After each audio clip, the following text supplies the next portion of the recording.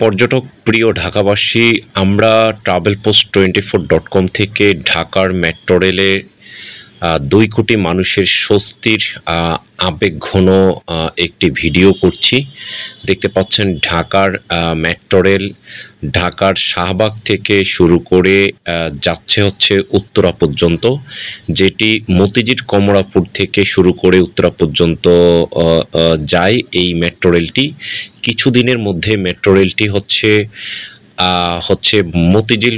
মতিঝিল থেকে কমলাপুর পর্যন্ত হচ্ছে চলে যাবে এই মেট্রো রেলটি। আমরা আজকে ঢাকার মেট্রো রেল ঢাকাবাসীর ২ কোটি মানুষের স্বস্তি এবং আনন্দদায়ক সেই বিষয়ে কথা বলবো। আপনারা দেখতে পাচ্ছেন ঢাকার কারণবাজার সোনারগাঁ হোটেলটি এগিয়ে যাচ্ছে ঢাকা মেট্রো রেল।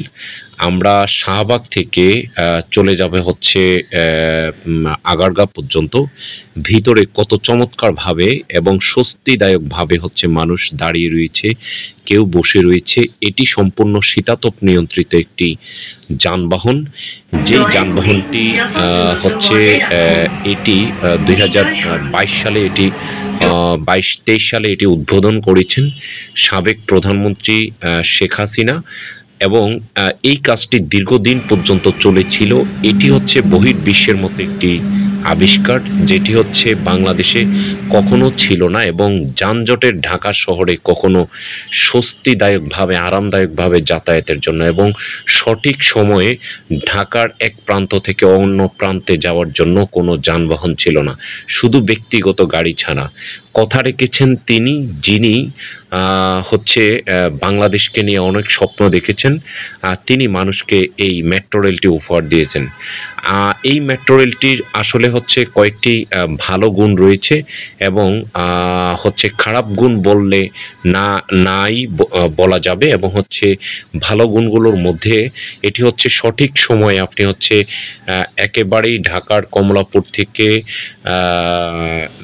উত্তরা দিয়াবাড়ি পর্যন্ত মাত্র ৩৮ মিনিটে আপনি সেখানে চলে যেতে পারবেন, এবং বাকি ৩ কিলোমিটার রাস্তা যখন তৈরি হবে সেটি হচ্ছে, তাহলে আপনি আর ২ কিলোমিটার রাস্তা তৈরি হলে আপনি ৪০ মিনিটে উত্তরা দিয়াবাড়ি থেকে আপনি কমলাপুর রেল স্টেশন পর্যন্ত চলে আসতে পারবেন। আসলে এটি যেই মেট্রো রেল স্টেশন এত পরিষ্কার পরিচ্ছন্ন, এবং এটির মধ্যে দেখতে এতটা চমৎকার সুন্দর, এবং ভিতরে মানুষ আসলে মনে হবে যেন একটি বিদেশি কোনো রাষ্ট্রে চলে এসেছেন। যেভাবে আমরা শুনি উন্নত দেশগুলো হচ্ছে মালয়েশিয়া, সিঙ্গাপুর, জাপান, চীন, অন্যান্য দেশে যে সকল বিষয় রয়েছে বিষয়গুলো হচ্ছে আমরা বাংলাদেশে দেখেছিলাম। যেভাবে পদ্মা সেতু হয়েছে, যেভাবে হচ্ছে রূপপুর পারমাণবিক বিদ্যুৎ কেন্দ্র হয়েছে, এবং ঢাকা এলিভেটেড এক্সপ্রেস যেভাবে হয়েছে, অনুরূপভাবে এই হচ্ছে ঢাকার মেট্রো রেল হয়েছে। আপনারা জানেন রাজধানী ঢাকা হচ্ছে বাংলাদেশের ৬৪টি জেলার রাজধানী। এই রাজধানীতে ২ কোটি মানুষ হচ্ছে বসবাস করে, ৬৪ জেলার মানুষ এখানে বসবাস করে। এই মানুষগুলো হচ্ছে এখানে সচিবালয় রয়েছে, এখানে হচ্ছে প্রত্যেকটি মন্ত্রণালয় রয়েছে, এবং হচ্ছে অন্যান্য সাব অফিসগুলো এবং ব্যাংকের হেড অফিস রয়েছে, এবং অন্যান্য অনেক কিছুর হচ্ছে অফিস রয়েছে এখানে।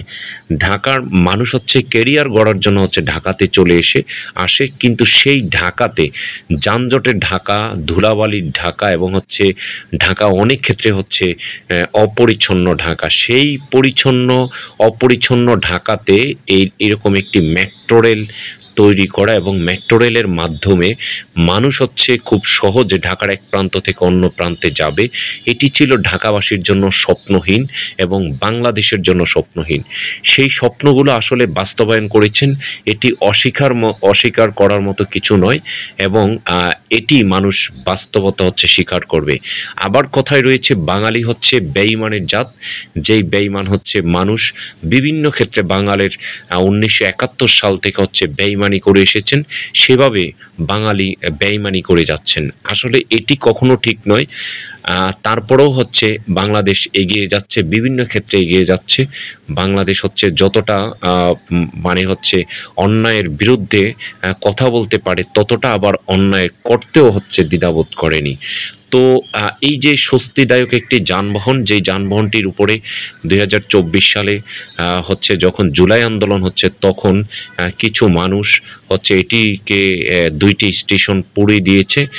সেই 2টি স্টেশন আবার চালু হয়েছে। সেটি চালু হওয়ার পরে পরবর্তীতে দেখা যাচ্ছে এটি চলছে, এবং 2024 সালের ডিসেম্বরের মধ্যে হচ্ছে উদ্বোধন করার কথা ছিল হচ্ছে কমলাপুর থেকে মতিঝিল থেকে কমলাপুর পর্যন্ত। কিন্তু আসলে 5ই আগস্টের পরে বাংলাদেশের চিত্র যখন চেঞ্জ হয়ে যায়, কেউ কেউ বলে অনেক দুর্নীতি হয়েছে, সে সকল বিষয়গুলো যখন ফাঁস হয়ে যায়, তখন হচ্ছে সেই সাবেক সরকার হচ্ছে ফলস করে। তারপরেই কিন্তু হচ্ছে নতুন সরকার আসে, অন্তর্বর্তীকালীন সরকার। তারা চেষ্টা করে, কিন্তু হচ্ছে এখনো পর্যন্ত 1টি বছর পার হয়ে গিয়েছে, যেখানে মাত্র 6 মাসের কাজ। সেই 6 মাসের কাজটি পরিপূর্ণ না হওয়ার কারণে হচ্ছে ঢাকার মতিঝিল থেকে কমলাপুর পর্যন্ত হচ্ছে সেই স্টেশন এখনো পর্যন্ত সম্পূর্ণ কাজগুলো সম্পূর্ণ হয়নি। আমরা দেখেছি সেখানে 50% কাজ হয়েছে।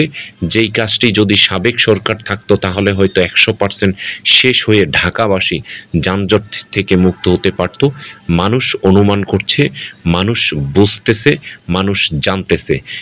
আমরা অন্তর্বর্তীকালীন সরকারের কাছে অনুরোধ জানাবো, অতি দ্রুত যদি তারা সেই কাজটি করে দেয়, তাহলে মানুষের মনে তারা হচ্ছে জায়গা করতে পারবে এবং মানুষ তাদের নিয়ে হচ্ছে কথা বলবে। অনুরূপভাবে হচ্ছে ঢাকা এলিভেটেড এক্সপ্রেস, যেই কাজটি নিয়ে হচ্ছে দীর্ঘ 1 বছরের পূর্বেও কিন্তু অনেক হেলাফেলা হয়েছে, কিন্তু কাজটি শুরু হওয়ার পরে 5ই আগস্ট ঘটনার পরে সেই কাজটিও বন্ধ হয়েছে।